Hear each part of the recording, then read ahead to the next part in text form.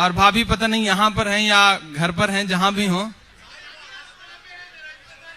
अल्लाह उनके इंतजार की शिद्दत को लंबा ना करिएगा, बस इसका ख्याल रखिएगा। इदरीस साहब बहुत प्यारे इंसान हैं, बहुत खूबसूरत कमेंट कर रहे थे, अच्छा लग रहा था। ऐसे जिंदा दिल लोग बैठे होते हैं मुशायरों में तो मुशायरे में जिंदगी आती है। आइए 4 मिसरों से अपनी बात की शुरुआत करता हूं। बहुत खूबसूरत सी शाम जो धीरे धीरे रात में तब्दील हो रही है। एक बड़ी भीड़ यहाँ बैठी हुई है। मेरा ख्याल है कि जनवरी में आया हुआ था मैं जुबैल शिबली साहब के मुशायरे में स्पार्क ग्रुप के, और उसके बाद महज 3-4 महीनों के अंदर फिर से शकील साहब और रशीक साहब माशाल्लाह क्या जवान आदमी हैं, और सरकते सरकते तुराज के पास में चले ही गए। मतलब ये मैं महसूस कर रहा हूं कि मेरे पड़ोस में बैठे थे, फिर कई बार कसमसाए, और फिर उसके बाद मतलब अच्छा इस उम्र में भी आकर के बस आदमी को लगता है कि चलो कुछ नहीं, कम से कम जुल्फें तो औरतों जैसी हैं, तो इसलिए ही करीब बैठ लिया जाए।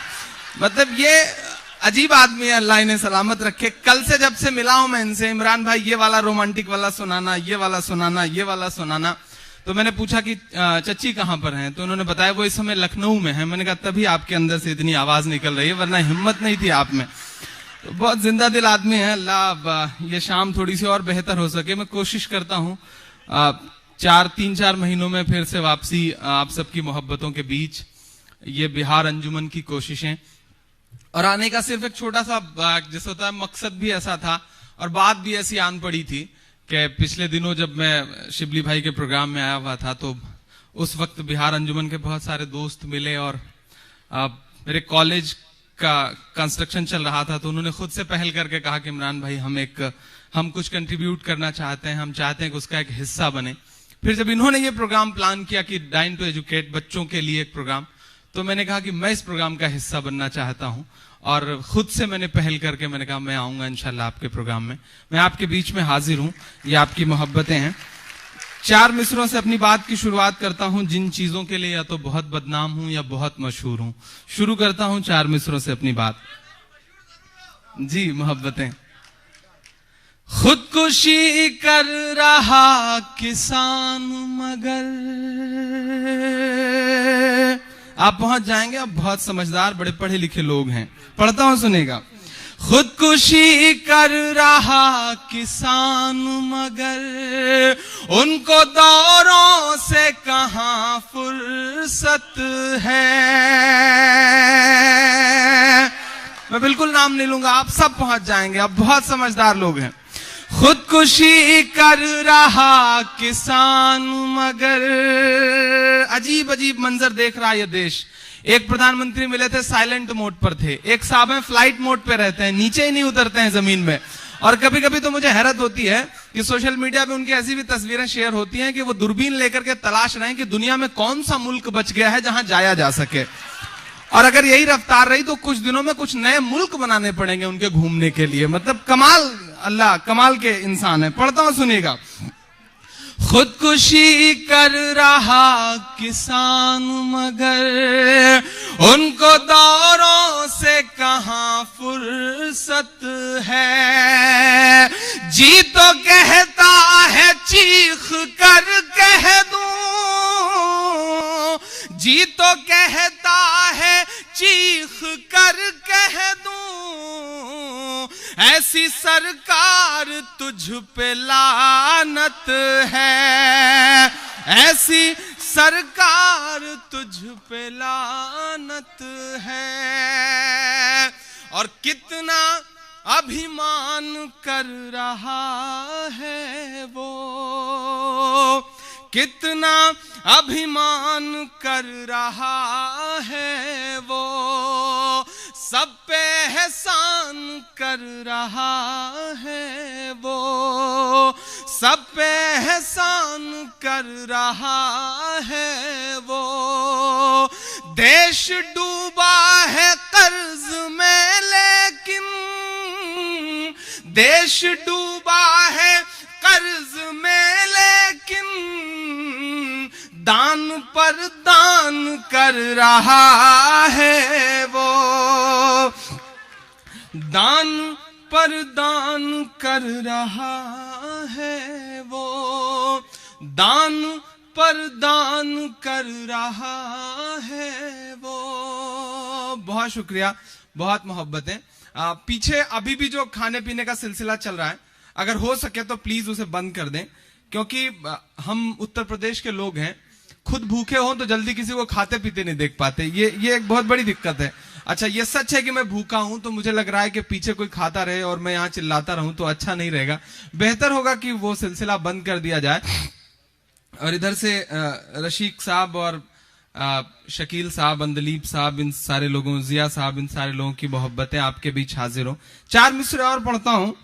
एक अजीब दौर है, आप लोग तो बड़ी मुकद्दस जगह हैं। हम जहां थे पिछले दिनों, अल्लाह ने जरा सा जमीनों में हलचल सी भेजी, पूरी दुनिया कांप सी उठी। लेकिन ये दौर ऐसा है कि हम ऐसी खबरों को भी सोशल मीडिया पे, व्हाट्सएप पे, फेसबुक पे चटखारे लेकर के भेज रहे हैं, शेयर कर रहे हैं लोगों से। मैं 4 मिसरे पढ़ता हूं कि पहले आता था अब नहीं आता, पहले आता था अब नहीं आता, पहले आता था अब नहीं आता, डर में भी याद रब नहीं आता, डर में भी याद रब नहीं आता, कांपती है ज़मीं गुनाहों से, कांपती है ज़मीं गुनाहों से, ज़लज़ला बेसबब नहीं आता, ज़लज़ला बेसबब नहीं आता, ज़लज़ला बेसबब नहीं आता। बहुत शुक्रिया, बहुत मोहब्बतें। ये जो कुदरत की मार है जी, ये जो कुदरत के इशारे हैं, हम समझना नहीं चाहते या समझ नहीं पाते। मैं 4 मिसरे पढ़ता हूं और इसे सियासत से जोड़ने की कोशिश करता हूं, और अगर लगे कि मैं अपने तेवर तक आ पाया हूं तो आप सबकी मोहब्बतें मिले। बीच में जो कुछ बच्चे टहल रहे हैं, मैं गुजारिश करूंगा भाभियों से कि इन्हें चुप करा लें, इन्हें बिठा लें अपने पास। हालांकि बच्चों को चुप कराना मुश्किल होता है, लेकिन आप अपनी पर आ जाएं तो बच्चों के बाप चुप हो जाते हैं, तो बच्चों की क्या बिसात है। तो बेहतर होगा कि इन्हें अपने पास बिठा लें। और माशाल्लाह, अच्छा, आज के दौर में भाभियां भी इतनी समझदार हो गई इदरीस भाई, कि वो रशीक साहब जैसे एक इंसान के पास एक अनजान नंबर से कॉल आई, हेलो कौन बोल रहे हैं? तो इन्होंने अपना नाम बताया, बोले आपकी बीबी हैं? बोली नहीं नहीं, मेरी बीबी तो नहीं है। तो उसने कहा अच्छा, नासपीटे में शाम में घर आ रही हूं तो बताती हूं मैं तुम्हारी बीबी ही बोल रही हूं। रशीक साहब डर गए। 2 घंटे बाद फिर एक अनजान नंबर से कॉल आई, बोले हेलो कौन बोल रहे हो? फिर उन्होंने अपना नाम बताया। बोले अच्छा, मैं तुम्हारी गर्लफ्रेंड बोल रही हूँ। तो बोले अच्छा, मैंने सोचा मेरी बीवी बोल रही है, मैं इसलिए डर के मारे नहीं बोल रहा था। तो उसने कहा, फिर कहा अच्छा, नासपीटे में घर आती हूँ तो बताती हूँ मैं तुम्हारी बीवी ही बोल रही हूँ। तो ये भाभियां भी बड़ी समझदार हो गई हैं माशाल्लाह। गुजारिश है कि बच्चों को बिठा ले। मैं 4 मिसरे पढ़ता हूँ। ये कुदरत की मार, ये कुदरत के इशारे, समझने वाले समझ रहे हैं, बड़े सलीके से समझ रहे हैं। पढ़ता हूं, सुनेगा कि तेरी शोला बयानी से ज्यादा कौन समझेगा। अभी तक सारे लोग मुशायरे के मूड में नहीं आए, थोड़ी देर मतलब उस मूड में आ जाइए। बहुत दूर का सफर तय करके हम आपके बीच में आए हैं, इतना लंबा सा सफर। और शकील साहब ने ऐसी फ्लाइट चुनी कि सफर कर रहे थे, आखिरी सफर कर रहे थे, पता भी नहीं चल पा रहा था, लेकिन फिर भी आपके बीच में हाजिर है। तो थोड़ा सा और बेदार हो जाएंगे तो मेरे बाल बच्चे पल जाएंगे जो भी पैदा नहीं हुए हैं। पढ़ता हूं, सुनेगा। थोड़ा सा एक बार सारे लोग मूड बनाएं, मुशायरे का माहौल बनाएं। एक बार जोरदार ताली बजा करके मुझे हुक्म दें। मैं पढ़ता हूं कि तेरी शोला बयानी से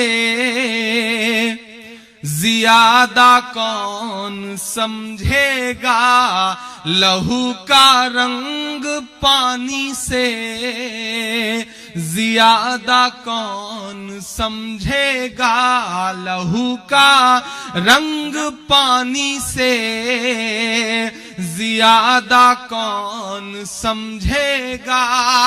आज कुदरत की लाठी में का होती है। अब मिसरे सच्चे लगे तो बताए मुझे सुनकर के दम्माम। अजी कुदरत की लाठी में कहां आवाज होती है। ये बातें आडवाणी से ज्यादा कौन समझेगा। ये बातें आडवाणी से ज्यादा कौन समझेगा। लहू का रंग पानी से ज्यादा कौन समझेगा। तेरी शोला बयानी से ज्यादा कौन समझेगा। अजी कुदरत की लाठी में कहां आवाज होती है।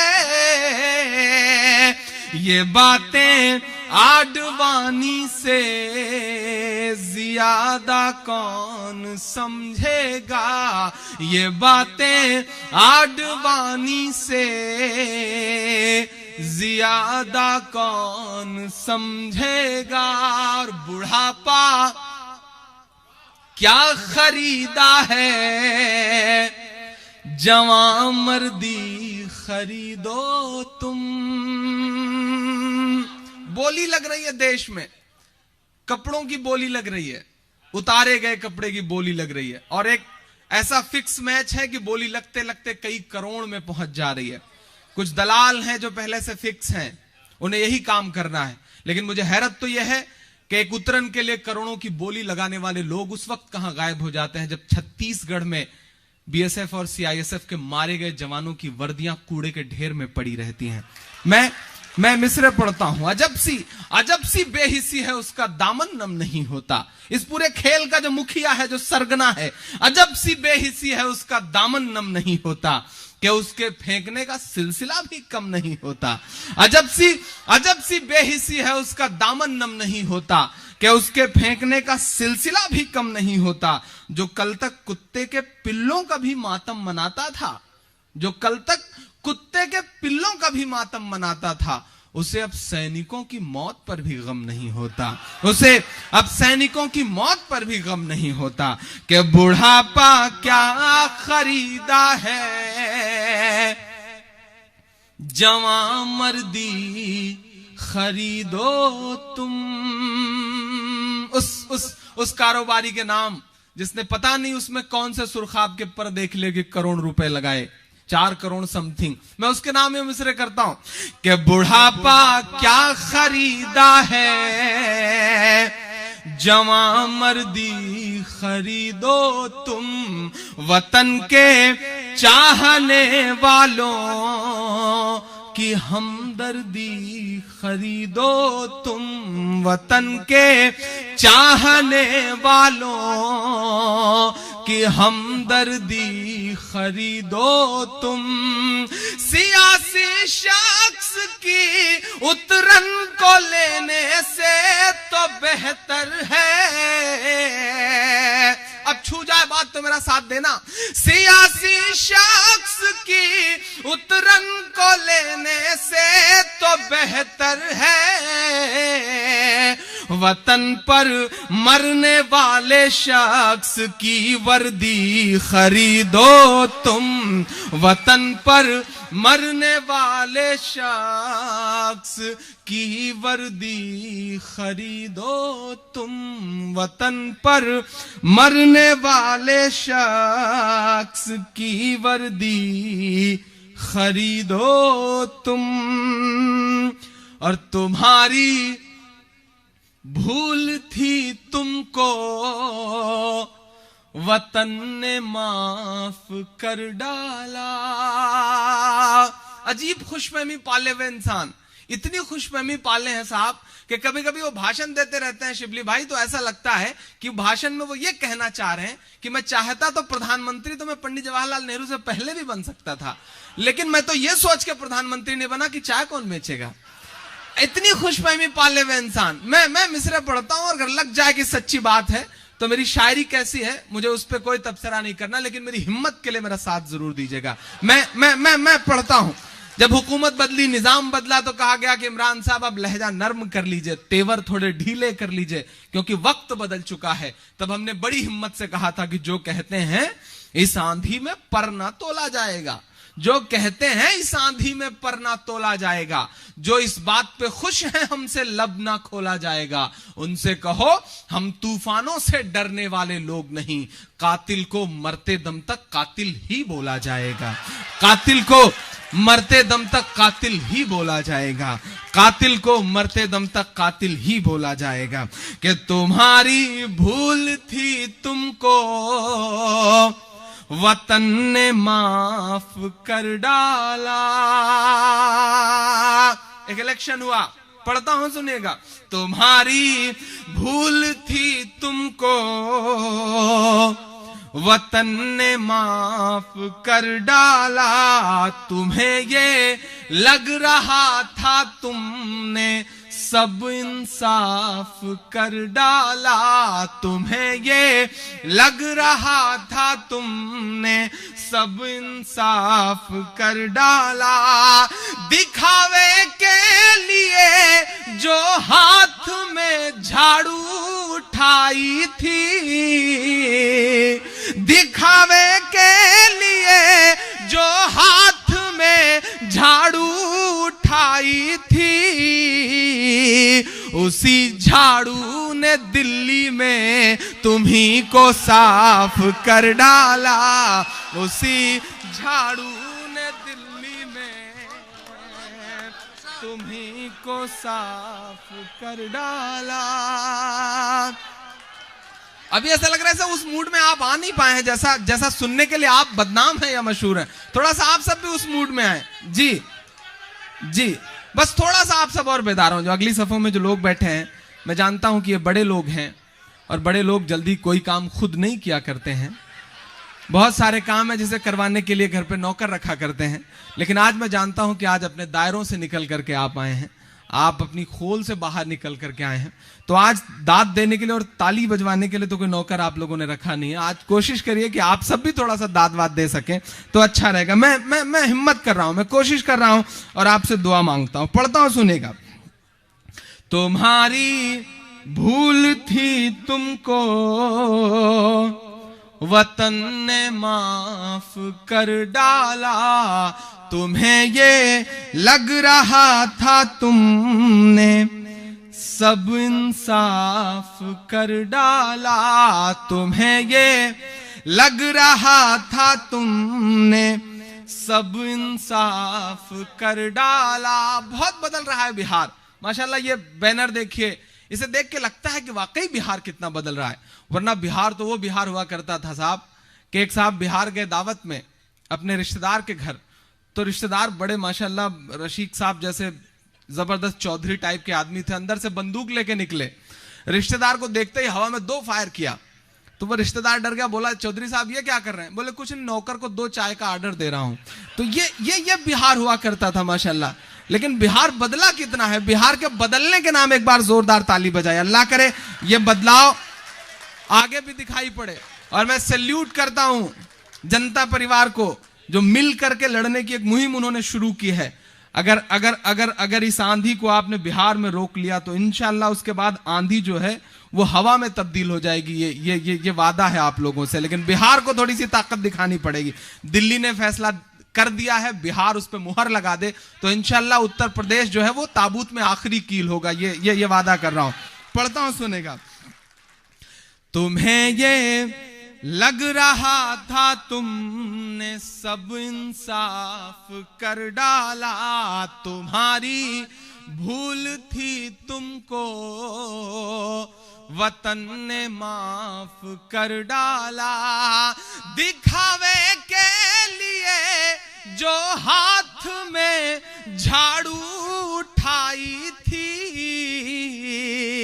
उसी झाड़ू ने दिल्ली में तुम्ही को साफ कर डाला, उसी झाड़ू ने दिल्ली में तुम्ही को साफ कर डाला।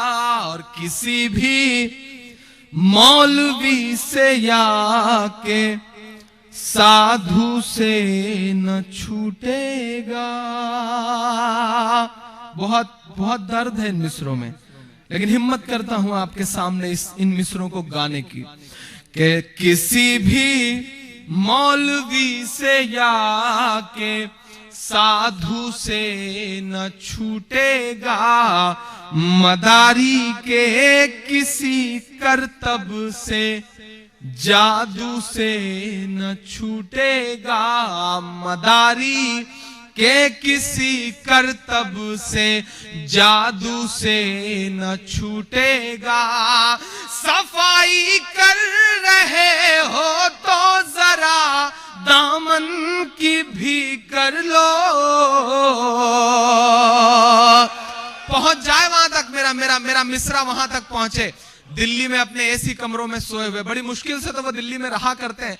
देश ने चुना था देश के लिए, अपने घर के लिए, और ऐसा लगता है कि साहब वो तो विदेश के लिए चुने गए हैं। अल्लाह खैर करे। मैं चाह रहा हूं कि आपकी तालियों के शोर के साथ उन तक जाएं मेरे मिसरे। मैं हिम्मत करता हूं, एक मुहिम चल रही है देश में, कचरा इकट्ठा किया जाता है, फिर फोटोग्राफर बुलवाए जाते हैं इद्रीस साहब, उसके बाद तस्वीरें खिंचती हैं।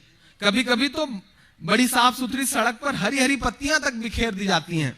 ऐसे भी मंजर हमारी आंखों के सामने, और फिर खबर छपती है स्वच्छता अभियान। मैं मिसरे पढ़ता हूं, अगर लग जाए कि एक 30 साल का नौजवान, एक मुस्लिम नौजवान जो महसूस करता है उस दर्द को, उसने सलीके से कह दिया है, तो आप सबकी दुआ चाहता हूं। पढ़ता हूं, सुनेगा। मदारी के किसी करतब से जादू से न छूटेगा, सफाई कर रहे हो तो जरा दामन की भी कर लो। हमारे खून का धब्बा है झाड़ू से न छूटेगा, हमारे खून का धब्बा है झाड़ू से न छूटेगा, हमारे खून का धब्बा है झाड़ू से न छूटेगा। और तेरी मर्जी है जो चाहे तू मेरे यार पैदा कर। पढ़ता हूं, सुनेगा।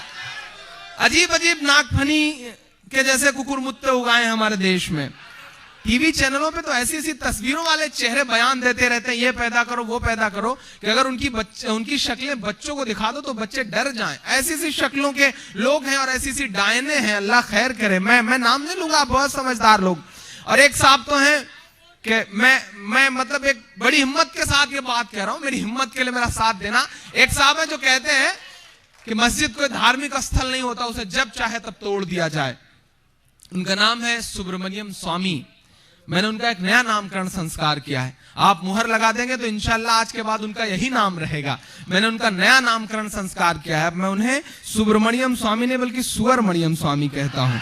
और मुझे लगता है ये नाम बहुत बहुत मुफीद नाम है, उनके कैरेक्टर पे बहुत सूट करता है। अल्लाह कर ये नाम चल पड़े। वो सबके खिलाफ पिटीशन करते रहते हैं, मैं भी चाह रहा हूं कि मेरे खिलाफ भी वो पिटीशन करें। मैंने जो नाम दिया है अगर उन्हें पसंद ना आए तो इसके खिलाफ वो जाएं कोर्ट में, चाह रहा हूं, लेकिन उनके काम इस नाम पे मुहर लगाते हैं। मैं मिसरा पढ़ता हूं और आपसे दुआ मांगता हूं कि तेरी मर्जी है जो चाहे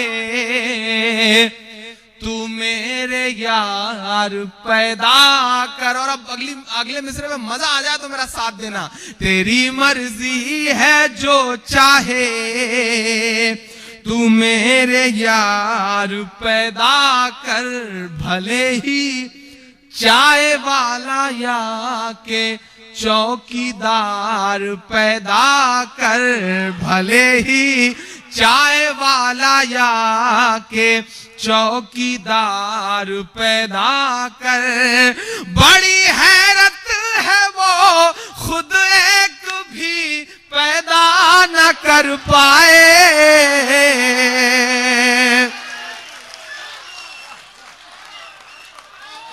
पढ़ता हूं, आप थोड़ा सा और बेदार हो। मैं हिम्मत कर रहा हूं। लबों पर हम सजा कर आयते कुरान निकले हैं, वतन पर मरने मिटने का लिए अरमान निकले हैं। जमाना गर तुला है जान लेने पर तो क्या डरना, हथेली पर सजाकर हम भी अपनी जान निकले हैं। हथेली पर सजाकर हम भी अपनी जान निकले हैं। तेरी मर्जी है जो चाहे तू मेरे यार पैदा कर, भले ही चाय वाला या के चौकीदार पैदा कर। बड़ी हैरत है वो खुद एक भी पैदा न कर पाए, जो हर भाषण में कहते हैं कि बच्चे चार पैदा कर। जो हर भाषण में कहते हैं कि बच्चे चार पैदा कर। जो हर भाषण में कहते हैं कि बच्चे चार पैदा कर। अच्छा, डाइस में बैठे हुए शोरा भी कमाल के होते हैं। आप आगे देख करके पढ़ते रहो, पीछे ऐसे सन्नाटा मार के बैठ जाएंगे जैसे मनरेगा के मजदूर बैठे हों, और पीछे जैसे ही आप नजर करेंगे तब फिर रशीक साहब कहेंगे वाह वाह वाह वाह, क्या क्या मिसरे पड़े इमरान साहब। मतलब कमाल के आदमी, मौके पे बोलते हैं, इन्हें पता है कि बोलना कहाँ है। वो पिछले दिनों ट्रेन में सफर कर रहे थे, दिल्ली से बिहार जा रहे थे। 3-4 बड़ी खूबसूरत सी लड़कियां बैठी थी, आपस में शादी को लेकर बातचीत हो रही थी। एक लड़की ने दूसरी लड़की से कहा कैसा शौहर चाहिए, तो बोली करोड़पति चाहिए, करोड़पति हो तो कर लूंगी। तो दूसरी लड़की ने कहा ये बताओ करोड़पति नहीं मिला तो क्या करोगी, तो बोले कुछ नहीं, 50-50 लाख के 2 कर लूंगी। तो तीसरी लड़की ने कहा मान लो 50-50 लाख वाला भी नहीं मिला तो क्या करोगी, बोला कुछ नहीं, 25-25 लाख के 4 कर लूंगी। बोला 25 लाख वाला भी नहीं मिला, तो बोले कुछ नहीं, 10-10 लाख के 10 कर लूंगी। इतने में साहब ऊपर वाली बर्थ पे थे, कूद के नीचे आए, बोले बहन जी जब ये रेट 1 लाख तक आ जाए तो मुझे भी इन्फॉर्म कर दीजिएगा, मैं भी लाइन में हूं। मतलब कमाल के आदमी है रशीक साहब, अल्लाह इन्हें सलामत रखे। और आज मैं बैठा था तो 4 मिसरे मेरे जहन में आए, ऐसे ही थोड़ा सा आपका मूड बदलने के लिए मेरा मन कर रहा है। ये जब बात किया करते थे फोन पर तब मुझे लगता था कि दूसरे हैं ये। जब आया एयरपोर्ट रिसीव करने के लिए आए तो मैंने ये महसूस किया कि इमिग्रेशन के बाद जो एग्जिट था वहां पर मैं इनके सामने से गुजर गया, ये मुझे देख नहीं पाए। और देखते भी कैसे, इनकी नजरें तो कुछ और देख रही थी, तो देखते कैसे। तब मुझे लगता है मुझे 4 मिसरे पढ़ने चाहिए कि एक अकेले सब पर भारी लगते हैं। ऐसे ही हो गए बैठे बैठे, रशीक साहब सुनिएगा। एक अकेले सब पर भारी लगते हैं, बेहद उम्दा कारोबारी लगते हैं, बेहद उम्दा कारोबारी लगते हैं। अगर सियासत की नजरों से देखूं तो ये नारायण दत्त तिवारी लगते हैं, ये नारायण दत्त तिवारी लगते हैं, बेहद उम्दा कारोबारी लगते हैं। बहुत शुक्रिया, बहुत मोहब्बत है, आप बहुत अच्छा सुन रहे हैं, बहुत मूड में सुन रहे हैं। मैं कोशिश करूंगा कि अच्छा ये प्रोसेस होता है, हमें ऐसा बोलना पड़ता है बीच में सांस वांस लेने के लिए, ऐसा करना पड़ता है। वो शिबली भाई एक दिन एक हमारे यहाँ एक घर में चोर घुस गए, डकैत। तो घर वाले डर गए, बड़े सीधे साधे घर वाले थे। उन्होंने सोचा कि मार पीट हो इससे बेहतर है, पिटाई हो इससे बेहतर है, जो कुछ है दे दो, क्योंकि पिटने के बाद देने से बेहतर है कि पहले ही दे दिया जाए। उन्होंने तिजोरी की चाबियां दे दी, बता दिया यहाँ यहाँ ये रखा हुआ है, सारा कुछ बता दिया। डकैत गए, उन्होंने सारा कुछ पोटली बनाई, उसका पूरा गट्ठर बनाया, सब लूट लाट के जब रख लिया तो घर वालों ने सोचा अब तो चले जाएंगे, बात खत्म, जो लूटना था वो लूट लिया। जब सारा पोटली वोटली बना के डकैतों ने रख लिया और उसके बाद फिर घर वालों को मारना शुरू कर दिया। तो घर वालों ने कहा भैया जब मतलब जो कुछ लेना था वो हमने आपको दे दिया, सारा कुछ आपने पोटली बना भी लिया, अब क्यों पीट रहे हैं। तो डाकुओं ने कहा देखो भाई ये प्रोसेस है, प्रोसेस तो पूरा करना पड़ता है ना, वो पूरा करना पड़ेगा, तो ये हमें भी करना पड़ता है, ये प्रोसेस है। हम पढ़ेंगे, बीच में हमें बोलना भी पड़ेगा ताकि सांस वांस भी लेते रहें। माशाल्लाह बहुत अच्छा सुन रहे हैं, बड़ा खूबसूरत मूड बन गया है मेरा भी और आपका भी। इसी तरह इंशाल्लाह आपने सुन लिया तो कोशिश करूंगा कि मैं भी अपना कलेजा आपकी हथेली पे निकाल कर रख के जाऊं इंशाल्लाह। इसी उम्मीद के साथ आया हूं, आप सुन लें तो सुना दूंगा। बड़ी हैरत है वो खुद एक भी पैदा न कर पाए, जो हर भाषण में कहते हैं कि बच्चे 4 पैदा कर। मैं जिस जिले से आता हूं उसके पड़ोस में एक जिला है उन्नाव, वहां एक सांसद हैं साक्षी महाराज। उन्हें हर दिन मुंह से उल्टी करने की आदत है और वो जानबूझ के उल्टी करते हैं। वो इसलिए करते हैं ताकि अखबार पर बिखर सके और अखबार की सुर्खियां बन सके।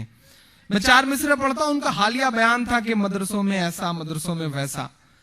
मैं 4 मिसरे पढ़ता हूं, साहब आप देश की बड़ी अदालत की नुमाइंदगी करते हैं, आप बोलें, आपके मुंह में जुबान है और रोकने की ताकत नहीं है किसी में आपको। ठीक है, आप बोल रहे हैं, बोलें। हमें जिस चीज पर फख्र है, हमें जिस चीज पर नाज है, मैं 4 मिसरे पढ़ता हूं, अगर लग जाए कि सलीके से जवाब भी हो गया और बात भी हो गई तो आपका साथ चाहिए। मैं पढ़ता हूं कि नहीं ऐसा नहीं है कल या परसों से नहीं निकले, नहीं ऐसा नहीं है कल या परसों से नहीं निकले, कई अरमान हैं दिल में जो बरसों से नहीं निकले, कई अरमान हैं दिल में जो बरसों से नहीं निकले। हो आसाराम नित्यानंद या के पाल बाबा हो। अब अगर लग जाए कि बात हुई है तो एक शख्स का हाथ उठे। हो आसाराम नित्यानंद या के पाल बाबा हो,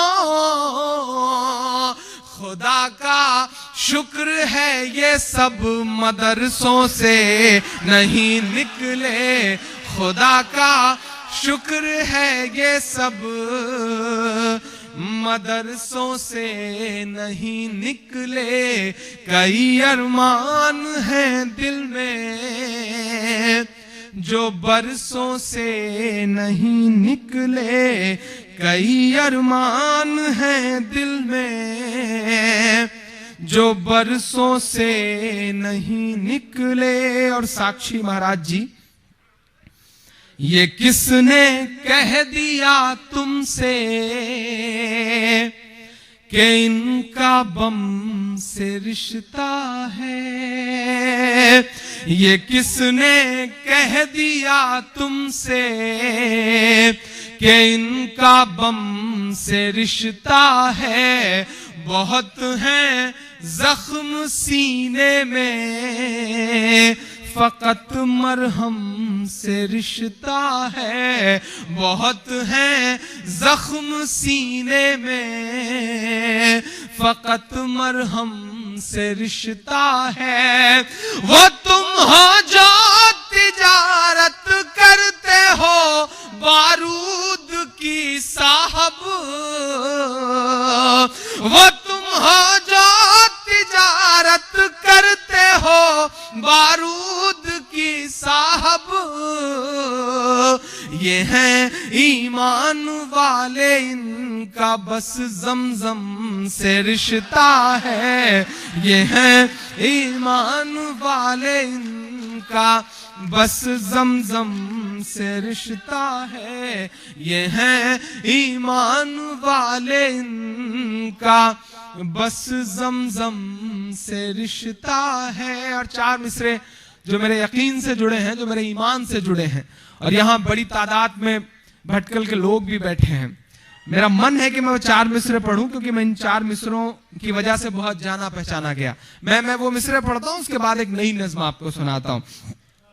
ये है ईमान वाले इनका बस जमजम से रिश्ता है, न बांग्लादेश पाकिस्तान और ना चीन वाले हैं। अक्सर मुशायरों में मैं ये बात कहता हूं कि हिंदुस्तान इस तरह की जहरीली तकरीरों से नहीं बनता है, हिंदुस्तान तोगड़िया की तकरीर से नहीं बनता है, हिंदुस्तान साध्वी रितंभरा साध्वी प्राची और सुब्रमण्यम स्वामी की उल जलूल बातों से भी नहीं बनता है। हिंदुस्तान बुखारी साहब की तकरीरों से भी नहीं बनता है। हिंदुस्तान तो उससे बनता है कि जब मुंबई अटैक के बाद मुंबई का पूरा मुसलमान लिखित तौर पर हुकूमत को यह देता है, कहता है कि हम अपनी कब्रिस्तानों में दहशतगर्दों को दफनाने की इजाजत नहीं देंगे। हिंदुस्तान उससे बनता है। मैं उस हिंदुस्तान का ख्वाब देख रहा हूं। हिंदुस्तान आपके बयान देने से कि जो ये नहीं खाते वो नहीं खाते वो पाकिस्तान चले जाएं, मेरा मन करता है कि मैं उन नकवी साहब से कभी कहूं कि नकवी साहब आप कभी ये क्यों नहीं कहते कि जो किरण रिजिजू साहब जैसे लोग जो ये खाते हैं वो नेपाल चले जाएं। काश आप पाकिस्तान से ही क्यों जोड़ते हैं चीजों को। नेपाल भी तो पड़ोस में एक पड़ोसी मुल्क है, वहां से भी जोड़ दिया करिए कभी कभी। मैं मिसरे पढ़ता हूं। हिंदुस्तान इन सब वाहियात बातों से नहीं बनता। बहुत खूबसूरत सा मुल्क है हमारा हिंदुस्तान। पाकिस्तान के खिलाफ मैच था पिछले विश्व कप में, चाहे पहले बल्लेबाज कामरान अकमल को आउट करना था या आखिरी बल्लेबाज मिसबाउल हक को, गेंद लेकर के जब जहीर खान दौड़ते हैं, हिंदुस्तान उससे बनता है। मैं उस हिंदुस्तान का ख्वाब देखता हूं।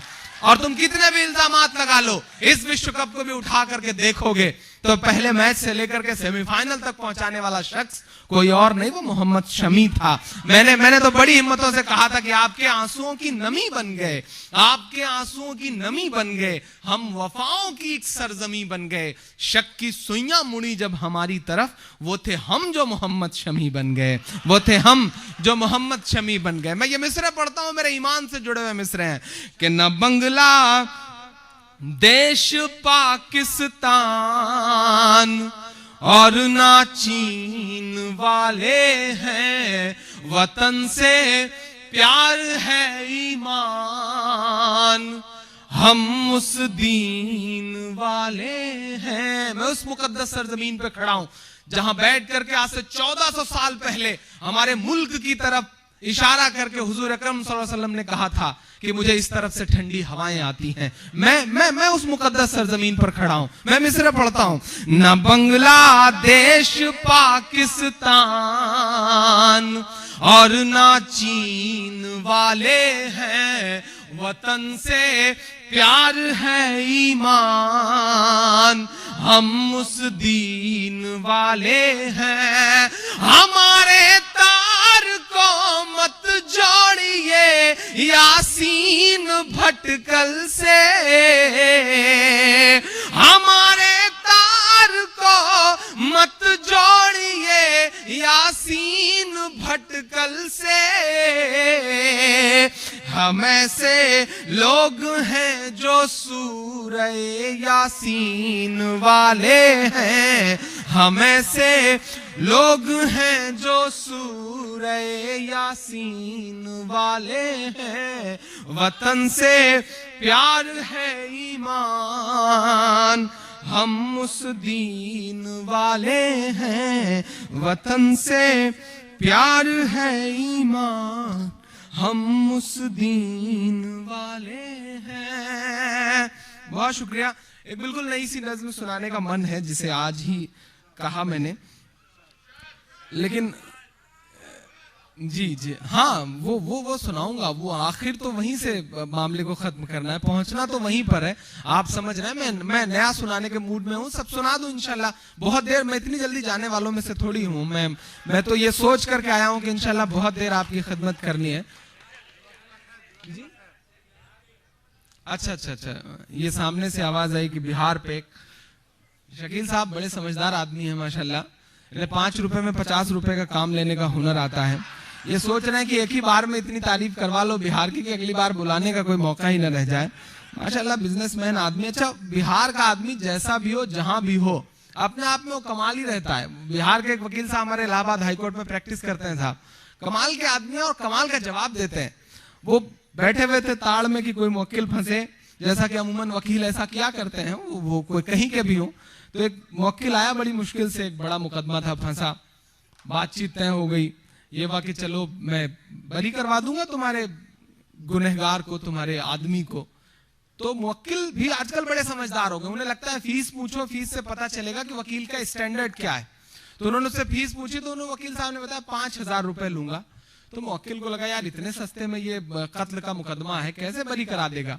उन्होंने कहा नहीं साहब आप छोटे वकील हैं, मैं 5000 रुपए वाला वकील नहीं करूंगा, हमें बड़ा वकील करना है। वकील साहब आगे बढ़े, 50,000 का वकील किया उन्होंने, मुकदमा चला, सालों बाद सजा हुई मौत की। वकील साहब ने भी तड़ रखा था, बिहार वाले वकील साहब ने। वकील साहब मुंह लटकाया, अदालत से बाहर निकले, और जब निकल रहे थे कोर्ट से तो वकील साहब ने पकड़ लिया, बोले क्या हुआ आपके मुकदमे में, आज तो फैसला आया? तो वकील साहब ने कहा हाँ साहब, वो 50,000 रुपए खर्च किया, फिर भी जो है वो सजा हो गई मौत की। तो बिहार के वकील साहब के जवाब पे आपकी तालियां बजें। बिहार के वकील साहब ने कहा जब यही काम मैं 5,000 में करवा रहा था तो 50,000 खर्च करने की क्या जरूरत। ये बिहार का तेवर है। अल्लाह जिंदा रखे इस तेवर को। कमाल के लोग हैं, और मतलब कमाल के लोग हैं, मतलब कमाल के लोग हैं। वो पिछले दिनों में बिहार दिवस के मुशायरों में समस्तीपुर गोपालगंज था साहब, ट्रेन से हम लोग निकले, अच्छा ट्रेन जैसे स्टेशन से रेंगी तो चल पड़ी जैसे, तो एक बड़ी तेज तर्रार, बड़ी मजबूत सी एक औरत जो है वो दौड़ते भागते किसी तरह से आकर के उसने ट्रेन पकड़ा, कूद करके ट्रेन में चढ़ी। तो जब वो सांस ले ही रही थी तो सारे सवारी, जितने सारी सवारियां थी, उसे बड़ी गौर से देख रही थी, बड़ी बहादुर औरत है। तो उसकी तरफ देख करके उन्होंने कहा भाई कमाल की औरत है। तो उस औरत ने थोड़ी सी सांस ली, बोली नहीं मैं जमाल की औरत हूँ, कमाल तो मेरा देवर है। तो ये वहां के लोगों में मतलब अपने आप में एक अनूठी सी बात है।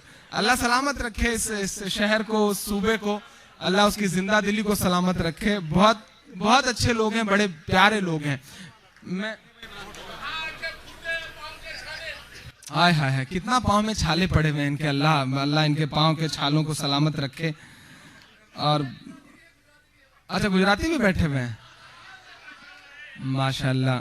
गुजरातियों का जिक्र आता है तो ऐसा चेहरा सामने नाच जाता है कि फिर लगता है कि तारीफ तो की नहीं जा सकती, इसलिए सोच करके मतलब, लेकिन फिर भी अल्लाह, आप बड़े प्यारे लोग हैं गुजराती तो माशाल्लाह, बहुत समझदार और बड़े बिजनेस माइंडेड लोग होते हैं।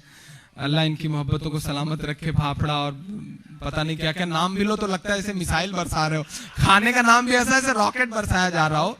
लेकिन जो भी हो, मोहब्बत वाले लोग हैं, मोहब्बत वाले लोग न होते तो मारे न जाते, सियासत की नजर न होते। बहुत अच्छे लोग हैं, अल्लाह इनको सलामत रखे।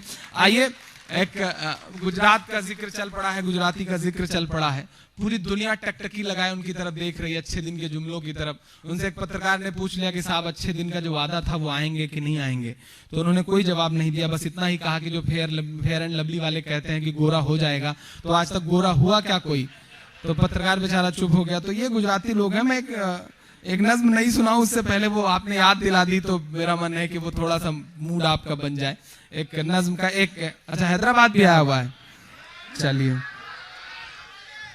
हैदराबाद है आजकल। तो मेरे ऊपर, अभी मैं जमशेदपुर एक मुशायरे में गया तो वहां पर तो बाकायदा ज्ञापन दिया गया कि साहब इमरान प्रतापगढ़ी को न बुलाया जाए, क्योंकि इमरान प्रतापगढ़ी ऐसी बातें करते हैं, इमरान प्रतापगढ़ी वैसी बातें करते हैं, और कभी कभी इमरान प्रतापगढ़ी तो ओ वैसी बातें करते हैं। तो ये मंसूब कर दिया जाता रहा है। मैं